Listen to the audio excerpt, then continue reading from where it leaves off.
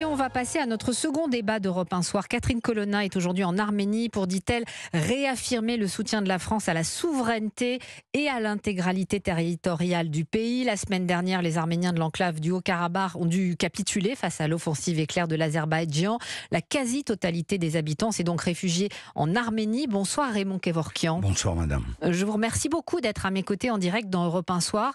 Vous êtes historien du génocide arménien et vous venez également de rentrer du Haut-Karabakh. Donc votre présence nous intéresse à double titre. On va d'abord écouter les quelques mots de Catherine Colonna, la chef de la diplomatie française. Ma visite manifeste l'amitié de la France pour l'Arménie, bien sûr, mais pas seulement l'amitié. Sa solidarité, son soutien diplomatique, son soutien humanitaire également. Madame la ministre, nous ne sommes pas seuls à vous aider, mais je crois que nous avons été parmi les premiers. Nous serons avec vous pour continuer à vous aider et répondre à vos besoins. Voilà, Raymond Kevorkian, les mots de Catherine Colonna.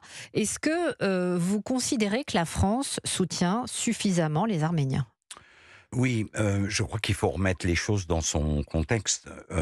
Il y a un conflit régional là-bas et les interventions extérieures en dehors de celle de la Russie qui est un peu spécifique, c'est-à-dire qu'il y a un impact direct sur le terrain, ne peuvent être que, je dirais, morales ou sous forme de sanctions. Et la position prise par la France est effectivement en pointe dans l'Union européenne.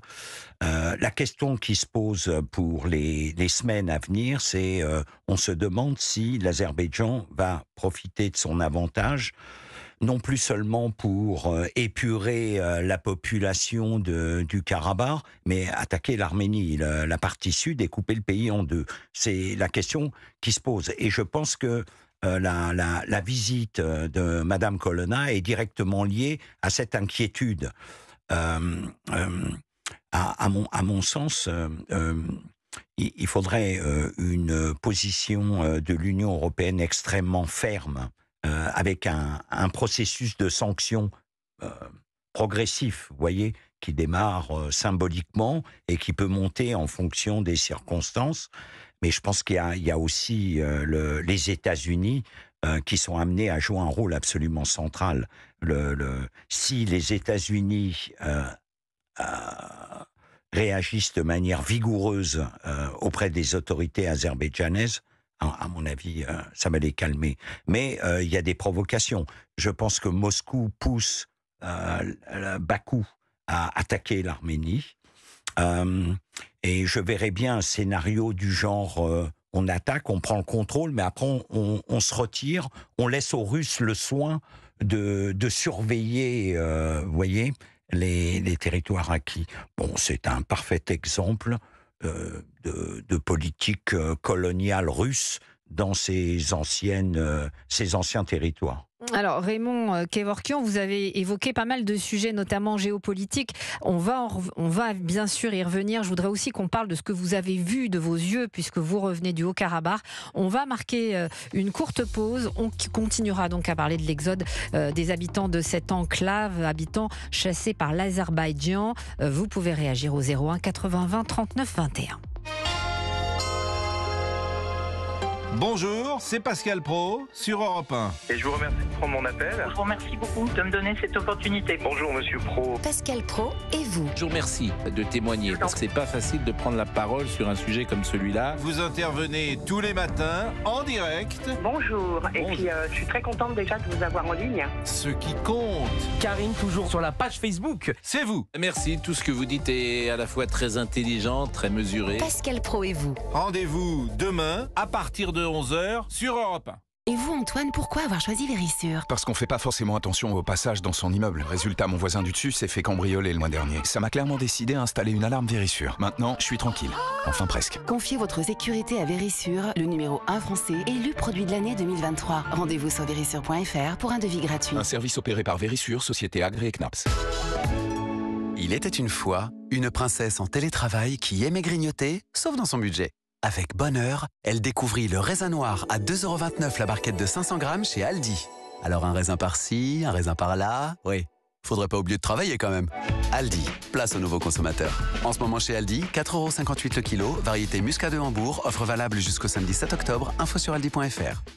Chez Conforama, on pense à ceux qui cherchent une cuisine vraiment à leur goût, mais qui rentrent dans leur budget. Profitez d'une offre de paiement en 30 fois sans frais pour l'achat d'une cuisine. La cuisine de vos rêves en plusieurs mensualités, c'est maintenant chez Conforama. Conforama, jusqu'au 13 novembre. Offre de crédit accessoire à une vente pour un achat de cuisine de 4 000 à 16 000 euros sur une durée de 30 mois. Sous réserve d'études et d'acceptation par le prêteur BNP Paribas Personal Finance, 542 097 902 RCS Paris. Vous disposez d'un droit de rétractation. Le coût du crédit est pris en charge par Conforama. C'est une maison qui a toujours existé. Avec son odeur et sa décoration hors du temps, elle déborde de souvenirs d'enfance. Vous y venez toujours avec un mélange de plaisir et de nostalgie. Cette maison, c'est celle de vos parents. Et vous comprenez très bien pourquoi ils tiennent à y rester. Petit-Fils aide les grands-parents à rester chez eux partout en France. Petit-Fils, l'aide à domicile sur mesure pour les personnes âgées. Petit au pluriel, -fils.com.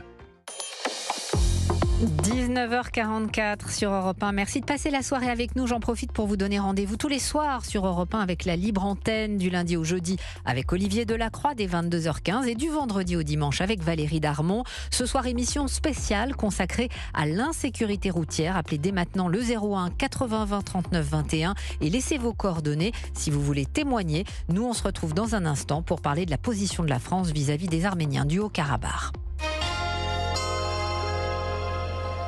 Nous sommes actuellement fermés. Veuillez rappeler de 9h30 à 11h30 et de 14h30... Lorsqu'un décès survient, ce n'est pas toujours pendant les heures d'ouverture. Et là, à qui on s'adresse pour savoir quoi faire? Il faudrait toujours pouvoir compter sur quelqu'un. Mais qui? Rock Éclair crée Rock Assistance Décès au 3024. Un numéro gratuit, accessible 7 jours sur 7 et 24 heures sur 24 pour joindre nos conseillers funéraires qui s'occupent de tout. Appelez le 3024. Rock Éclair, là pour vous. Peugeot. Vous êtes au volant de votre Peugeot i208 100% électrique toute neuve et vous regrettez. Oui, vous regrettez vraiment de ne pas vous l'être offerte plus tôt. Parce qu'elle a tout. Un design irrésistible, des sensations de conduite uniques et en plus, elle vous permet de faire des économies. Jusqu'à 1 400 € par an sur le coût total d'utilisation par rapport à la version thermique. Et en ce moment, Peugeot vous offre la borne de recharge. Économie calculée par Crédit-Part en septembre 2023 dans le cadre d'une LLD. Conditions sur Peugeot.fr. Au quotidien, prenez les transports en commun. Oh, sympa de passer après mon dégât des eaux. Tu m'aides à nettoyer? Et voilà. Et à pousser le canapé? Et voilà. Et tu me prêterais de l'argent pour que je fasse les travaux? Avec votre contrat habitation en cas de dégâts des eaux, Telem Assurance vous indemnise en 48 heures seulement pour faire vos travaux vous-même. Et voilà, retrouvez nos solutions simples et faciles dans nos 300 agences ou sur telem-assurance.fr. Et en ce moment, 2 mois de cotisation offerts pour 2 contrats souscrits. Offre soumise à condition. Telem Assurance, société d'assurance mutuelle régie par le Code des assurances. Europe 1 soir, 19h-20h. Hélène Zélani. Et nous sommes toujours avec l'historien du génocide arménien Raymond Kevorkian. À l'instant, la chef de la diplomatie française Catherine Colonna, qui est en visite à Yerevan, a annoncé que Paris avait donné son accord pour la livraison de matériel militaire à l'Arménie, qui souhaite donc se protéger de son voisin azerbaïdjanais. C'est difficile à dire. Il faut aussi rappeler que Catherine Colonna a promis une nouvelle aide humanitaire d'urgence qui s'ajoute aux 12 millions d'euros déjà versés par la France depuis le début de l'année. Pour vous, Raymond Kevorkian, la France fait le strict minimum, fait beaucoup, ne fait pas assez. Comment vous qualifieriez ? Non, elle assume ses obligations, on va dire, sans problème. Et je pense qu'elle pourra jouer un rôle très important, peut-être, pour débloquer des crédits. Il va falloir installer ces 100 000 personnes qui sont restées 9 mois sous blocus. Avec des problèmes du quotidien. Vous parlez des 100 000 personnes qui vivaient dans l'enclave du Haut-Karabakh et qui ont été chassées. Qui aujourd'hui se retrouvent en Arménie. Et qui sont actuellement ventilées dans différentes régions du pays. Je voudrais qu'on prenne en ligne Hervé. Bonsoir Hervé. Bonsoir, merci de prendre mon appel. Je vous en prie, c'est bien normal. Vous vouliez réagir sur l'aide de la France ? Oui, tout à fait. Donc, je voulais d'abord dire à quel point j'étais fier de mon pays, parce que c'est celui qui a fait le plus au point de vue international pour défendre les Arméniens sur la scène internationale, loin devant tous les autres, y compris les prétendus alliés traditionnels de l'Arménie, que sont la Russie. Et je pense que ce qu'a fait la France est remarquable. Mais elle peut faire encore plus, et vous m'avez d'une certaine manière coupé l'herbe sous le pied en annonçant ce qu'a dit Madame Colonna, à savoir qu'effectivement, aujourd'hui, l'urgence, c'est de livrer des armes à l'Arménie, des systèmes d'armes défensifs pour se préparer à la prochaine confrontation qui ne manquera pas d'arriver avec l'Azerbaïdjan. Puisque aujourd'hui, l'Azerbaïdjan a goûté la politique du fait accompli et de la force brute en envahissant le Haut-Karabakh, en chassant la population, avec des retombées internationales quasi nulles. Dans cette logique, il est tout à fait prévisible que dans les prochains jours ou les prochaines semaines, l'Arménie soit attaquée. Et à ce moment-là, elle aura besoin d'armes.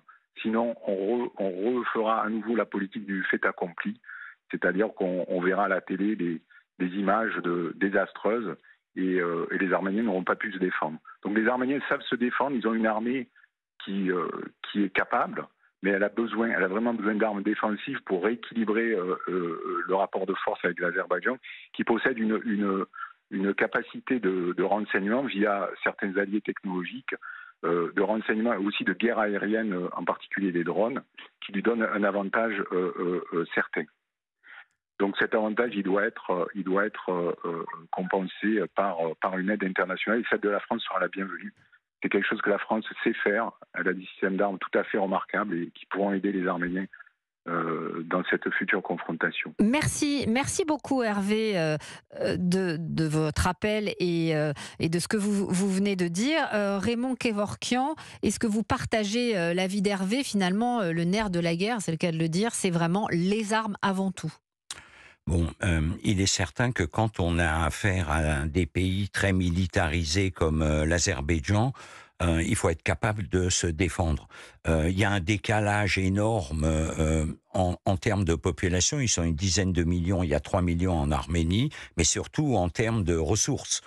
C'est un pays qui a des ressources gazières, pétrolières, qui exploite ses ressources avec une certaine habileté, y compris en arrosant des politiques ici et là au Conseil de l'Europe. D'ailleurs, j'ajoute que Paris est favorable à des sanctions contre l'Azerbaïdjan, des sanctions européennes, mais certains pays disent non parce que justement, ils achètent le gaz de l'Azerbaïdjan pour compenser la perte du gaz russe. C'est ça. Et il y a donc Bulgarie, Croatie, Italie, et là, c'est la réelle politique. Oui, bon, tout le monde sait d'ailleurs que le gaz qui est vendu par l'Azerbaïdjan à l'Italie, etc., est du gaz russe qui transite par Bakou. Bon, c'est classique, voilà. Ça fait partie un peu du quotidien. Vous savez, c'est un État qui est quand même assez singulier, l'Azerbaïdjan. C'est un État qui a été fondé de toutes pièces par le régime jeune turc. En 1918, c'est-à-dire ce régime qui a commis le génocide contre les populations arméniennes, grecques et syriaques, assyro-chaldéennes, a inventé un Azerbaïdjan dans cette région où il y avait des populations dites tatares. Et l'Azerbaïdjan se trouve géographiquement sur la rive droite du fleuve Araxe qui fait frontière, et sur la rive droite se trouve l'Iran. Vous voyez, il faut le dire. Et dans la perspective, évidemment, de prendre le contrôle de la région.